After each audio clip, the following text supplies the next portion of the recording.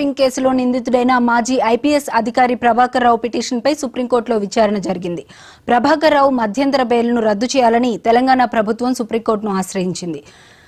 ప్రభుత్వం తరపున న్యాయవాదులు తుషార్ మెహతా, సిద్ధార్థ లూథ్రా వాదనలు వినిపించారు. ప్రభాకర్ రావు అమెరికాలో ఉన్న సమయంలో తన ల్యాప్టాప్లోని ఆధారాలను ధ్వంసం చేశారని తుషార్ మెహతా కోర్టుకు తెలిపారు. ఈ కేసు తదుపరి విచారణను సుప్రీంకోర్టు అక్టోబర్ 8వ తేదీకి వాయిదా వేసింది.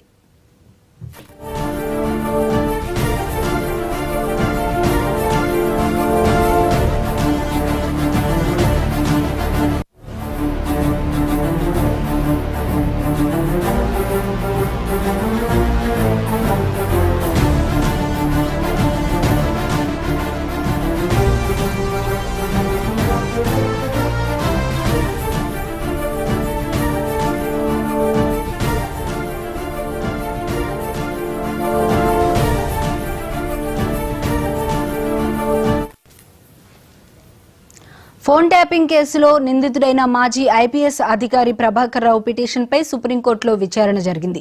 ప్రభాకర్ రావు మధ్యంతర బెయిల్ను రద్దు చేయాలని తెలంగాణ ప్రభుత్వం సుప్రీంకోర్టును కోరింది. ప్రభుత్వం తరపున న్యాయవాదులు తుషార్ మెహతా, సిద్ధార్థ లూథ్రా వాదనలు వినిపించారు. ప్రభాకర్ రావు అమెరికాలో ఉన్న సమయంలో తన ల్యాప్టాప్లోని ఆధారాలను ధ్వంసం చేశారని తుషార్ మెహతా కోర్టుకు తెలిపారు. ఈ కేసు తదుపరి విచారణను సుప్రీంకోర్టు అక్టోబర్ 8వ తేదీకి వాయిదా వేసింది.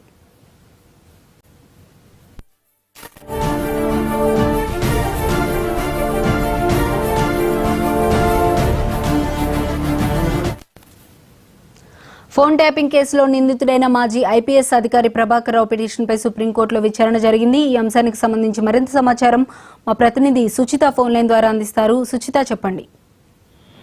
తేజస్వి, దేశంలో ఎన్నడూ లేని విధంగా అయితే ఫోన్ ట్యాపింగ్ జరిగిందంటూ జరిగింది చేపించారంటూ ప్రభాకర్ మీద అయితే ముందు నుంచి కూడా ఆరోపణలు వస్తున్నాయి. దానిలో భాగంగా ఆయనకు సంబంధించి ఇప్పటికే ఆయన 8 సార్లు విచారణకు హాజరవ్వడం జరిగింది. ఆయనతో పాటు ప్రణీత్ రావు, భుజంగరావు, తిరుమలరావు, శ్రవణ్ రావు చెప్పుకున్న పోతే మొత్తం ఆరుగురు అయితే ఉన్నారు. ఈ కేసుకు సంబంధించి సుప్రీంకోర్టులో అయితే విచారణ కొనసాగుతూ వస్తున్నది. ప్రభాకర్ రావుకు సంబంధించిన పిటిషన్ ఏదైతే ఉందో దాన్ని అక్టోబర్ 8వ తారీఖు అయితే కోర్టు అనేది వాయిదా వేయడం జరిగింది. అలాగే మధ్యంతర బెయిల్ కూడా రద్దు ప్రభాకర్ సంబంధించిన మధ్యంతర బెయిల్ కూడా రద్దు చేయాలంటూ కూడా తెలంగాణ ప్రభుత్వానికి సంబంధించిన న్యాయవాదులైన వాళ్ళు కూడా చాలా మంది న్యాయవాదులైన తుషార్ మెహతా, అలాగే సిద్ధార్థ కూడా వాదనలు వినిపించారు. ప్రభాకర్ రావు అమెరికాలో అంటే ముందు ఏదైతే ఫోన్ ట్యాపింగ్ జరిగిందని చెప్తున్నారో, ఫస్ట్ జరిగినప్పుడు ఆయన ఇక్కడ నుంచి దుబాయ్ నుంచి అమెరికా పారిపోవడం జరిగింది. దాని తర్వాత ఆయనకు సంబంధించి అక్కడి నుంచి ఆయనని రప్పించి తర్వాత ఆయన ఇక్కడ హైదరాబాద్ లో ఉన్న జూబ్లీ పోలీస్ స్టేషన్ లో అయితే చెప్పినట్టు విచారణకు హాజరుపరిచారు. తర్వాత దాంట్లో భాగంగా ఆయనకు సంబంధించిన ల్యాప్టాప్ లో ఉన్న ఆధారాలు కూడా ఆయన ధ్వంసం చేశాడంటూ కూడా ఈ రోజు అంటే స్టేషన్ లో సుప్రీంకోర్టులో అయితే తుషార్ మెహతా వాదన కూడా వినిపించారు. మొత్తానికి కేసుకి సంబంధించి ఆయనకు సంబంధించిన మధ్యంతర బెయిల్ అయితే రద్దు చేయాలంటూ కూడా ప్రస్తుతం ఎవరైతే ఉన్నారో న్యాయవాదులు సిద్ధార్థ లూథ్రా అలాగే తుషార్ మెహతా ఇద్దరు కూడా వాదన వినిపించి వచ్చారు. తెలంగాణ ప్రభుత్వం అదే సుప్రీంకోర్టు తెలంగాణ ప్రభుత్వం కూడా సంబంధించిన ఏదో తెలంగాణ ప్రభుత్వం సంబంధించిన లాయర్లుగా చెప్పుకుంటున్నామో వీరిద్దరు కూడా ఆయనకు మధ్యంతర బెయిల్ అలాగే ఆయనకు సంబంధించి ఇంతకు ముందు ఉన్న ల్యాప్టాప్ లో ఉన్న ఏవైతే ఆధారాలు ఉన్నాయో అవి కూడా ధ్వంసం చేశారు. అలాగే ఈ మధ్యంతర బెయిల్ రద్దు చేయాలని ఆయనకు మాత్రం దేశం దాటి బయటకు వెళ్లే అవకాశం అనేది ఇవ్వకూడదంటూ కూడా వీళ్ళైతే వాదనలు వినిపించడం జరిగింది. Okay right, thank you Suchitha.